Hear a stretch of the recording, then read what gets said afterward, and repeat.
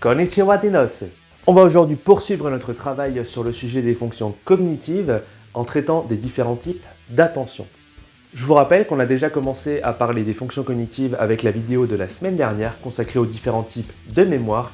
Elle est juste ici si vous ne l'avez pas encore vue. Quant à nous, on se retrouve juste après cette courte page de publicité. Cette vidéo est sponsorisée par SportVPN. Tu veux avoir l'impression de voyager en ces temps difficiles? Aucun problème. Avec SportVPN, tu peux faire croire à ton téléphone que tu cours à des milliers de kilomètres de chez toi. Fini les footings rue Jeanne d'Arc à Nancy et terminer la course dans le centre-ville de Metz. Avec SportVPN, ton téléphone te géolocalisera en Syrie, dans la bande de Gaza ou au cœur même du Capitole à Washington. Incroyable! Tu veux rajouter du piment dans ta vie? Télécharge aussi la nouvelle application CopVPN qui fera croire à ton téléphone qu'il est 18h05 alors que tu cours en réalité à 8h du mat'. Un lien sera directement envoyé au commissariat de ton quartier et tu seras intercepté dans la demi-heure. Hallucinant! L'application SportVPN ne fonctionne que si vous faites du sport. CopVPN n'est pas compatible avec votre téléphone si vous êtes blanc et riche.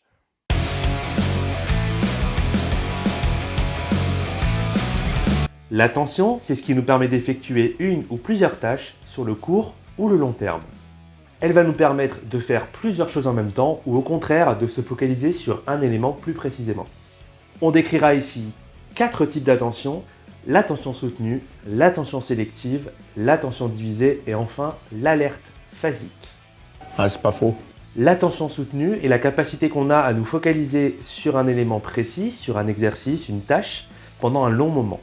C'est ce qu'on appelle couramment la concentration et on va l'utiliser par exemple lors de longues heures de cours, de formation, lors de journées au travail, lorsqu'on va suivre un film, etc., etc. Et du coup, lorsqu'on a un manque d'attention soutenue, une capacité qui va dysfonctionner, on va avoir du mal à rester focalisé, concentré sur une longue période. Ça va entraîner des décrochages. Et on peut donc se retrouver de moins en moins efficace au cours de la journée. Petite parenthèse tout de même, le cerveau humain n'est pas fait pour tenir 8 heures non-stop, donc il reste nécessaire, même avec une attention tout à fait normale, de faire des pauses, de s'aérer l'esprit, etc. Ensuite, on a l'attention sélective, qui nous permet de nous focaliser sur un élément en particulier parmi toute une foule d'éléments. Par exemple, si on est dans un endroit bruyant, un café, un restaurant, tout ce qui est fermé quoi, avec des amis, il va falloir se focaliser sur la discussion qu'on est en train d'avoir avec ses amis, tout en faisant fi au final des distracteurs, c'est-à-dire en ne prêtant pas attention aux discussions qu'on a à côté, éventuellement à la musique qui passe, toutes ces choses-là. Et forcément du coup, si cette capacité ne fonctionne pas ou fonctionne mal, on peut avoir des difficultés à se focaliser sur une discussion, ça va occasionner des pertes de fil de la discussion par exemple. Et ça peut aussi, avec certains décrochages ponctuels comme ça, parce qu'on a du mal à rester focalisé sur une seule chose, ça peut entraîner du coup une lenteur dans la réalisation d'un exercice, d'une tâche, de quelque chose de la vie quotidienne, quoi que ce soit. L'attention divisée, quant à elle, permet de se focaliser sur différentes tâches à la fois.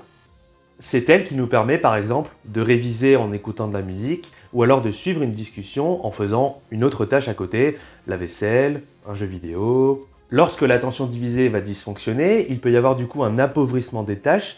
On va faire de moins en moins de choses parce qu'on sait qu'on a du mal à faire plus d'une chose à la fois et donc ça peut créer un certain désinvestissement de certaines activités. Et enfin, l'alerte, c'est la capacité qu'on a à se préparer à l'apparition d'un événement spécifique. C'est en fait une attention qui est très brève et qui est déclenchée à la suite de l'apparition d'un élément particulier. Pour donner un exemple de la vie quotidienne très courant, si vous êtes en voiture et que vous avez un panneau « Attention école », vous allez avoir votre alerte, l'alerte phasique, on appelle ça, qui va se mettre en action parce que vous pouvez voir à tout moment un enfant qui traverse la route. Donc vous êtes prêt à réagir, vous êtes en alerte.